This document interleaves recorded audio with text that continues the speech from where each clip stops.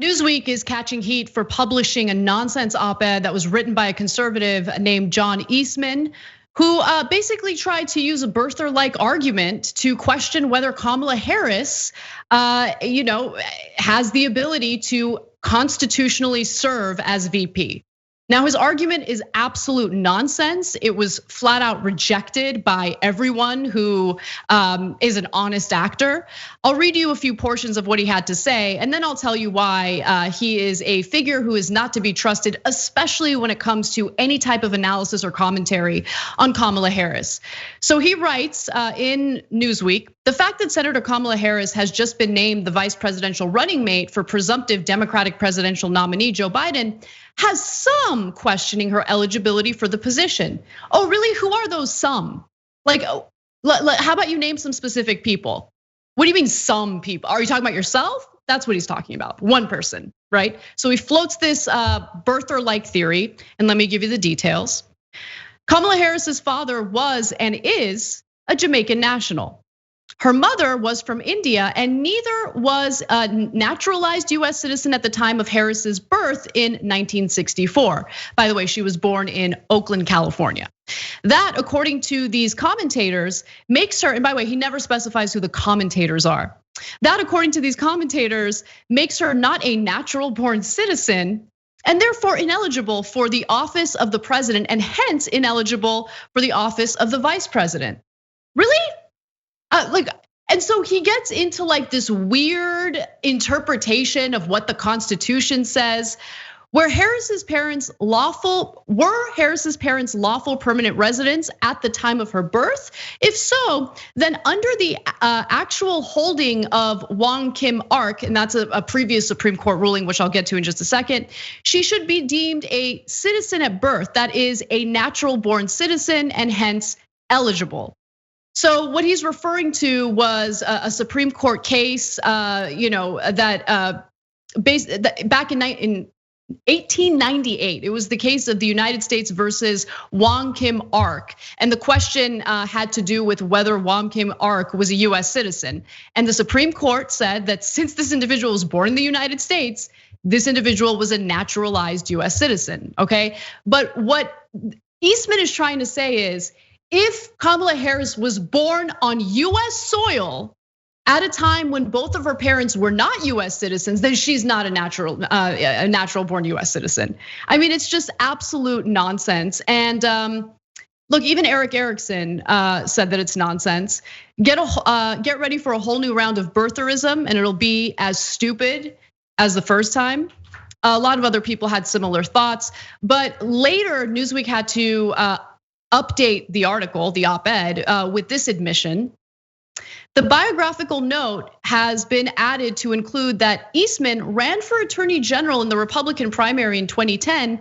He was defeated by Cooley, who was then defeated by Harris. So maybe a little salt there. And it's also important, Cenk, to point out that in 2016, the same individual, Eastman, wrote an op-ed for the National Review. And what was the title of that National Review? Well, it had to do with Senator Ted Cruz, who was born on Canadian soil. Senator Ted Cruz is eligible to be president. Let me give you a few pieces of that, and I want to hear your thoughts, Cenk. So he writes, the latest charge against Senator Ted Cruz, first pushed by Donald Trump, is that because Senator Cruz was born in Canada, he is not a natural born citizen and therefore ineligible for the office of president. No serious constitutional scholar adheres to the view that the meaning of the natural born citizen requirement contained in Article 2, Section 1, Clause 5 of the Constitution applies only to people born on American soil. So I'm gonna skip ahead and go to the two last graphics here. Under that widespread and longstanding interpretation, Senator Cruz is clearly a natural born citizen and therefore eligible for the presidency. His mother was born a US citizen, born in Delaware, as well as a longtime resident of the United States who happened to be living in Canada when Ted was born while her husband was temporarily employed there. So let's move on from this particular silliness and get back to the business of choosing a president from among the broad slate of well-qualified and fully eligible candidates before us. Again, that was written in 2016 in regard to a candidate who was born not on US soil, but on Canadian soil.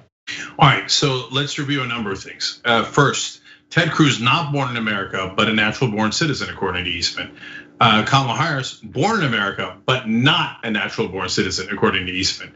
I mean, you could end it right there. It's absurdity on top of absurdity. But let's continue for a second.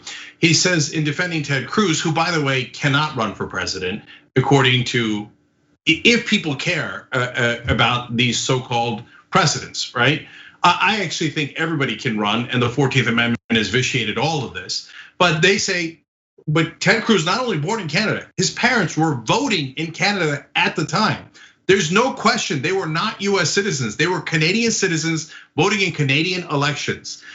In fact, according to Eastman and the Kamala Harris story, he says she's not even allowed to be a senator because she never became a citizen. That's also true of Ted Cruz. So we should immediately make sure that Ted Cruz is removed from office. That's not also true. That's only true of Ted Cruz. Kamala Harris was actually born here. Ted Cruz wasn't. And what is Eastman's argument for Ted Cruz being a citizen? Well, maybe his parents weren't citizens at the time, but his mom was born in Delaware. Wait, I thought you said that being born here doesn't matter. But all of a sudden, when it's Ted Cruz, his mom being born here matters and is dispositive. They're such unbelievable liars and hypocrites. So I'm not doing anything until Ted Cruz stops being a senator, because that guy's not a citizen at all. He never became a citizen. He's not a citizen. It's not my opinion. It's conservative Eastman's opinion. Is this racist? Of course it is. They never bring it up against white people, including white Democrats. Nobody ever questioned if Bill Clinton was a citizen. The minute there's someone, a person of color, every time, like clockwork. The one other thing I want to just quickly mention is look at the kinds of disgusting tricks Republicans have to resort to because they know that their ideas are not popular and that they're not winning.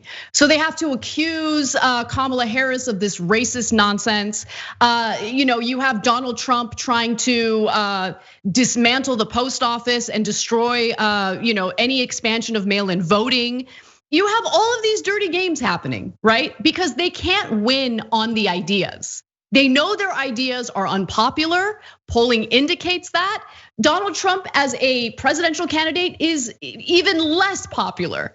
So, you have to be careful of people like this because they don't have any ethics when they're doing what they're doing. They don't care about hurting anybody. They don't have any morals. All they think about is doing what it takes to win, even if it means resorting to destroying someone's life or putting outright lies out there about people. It's sad.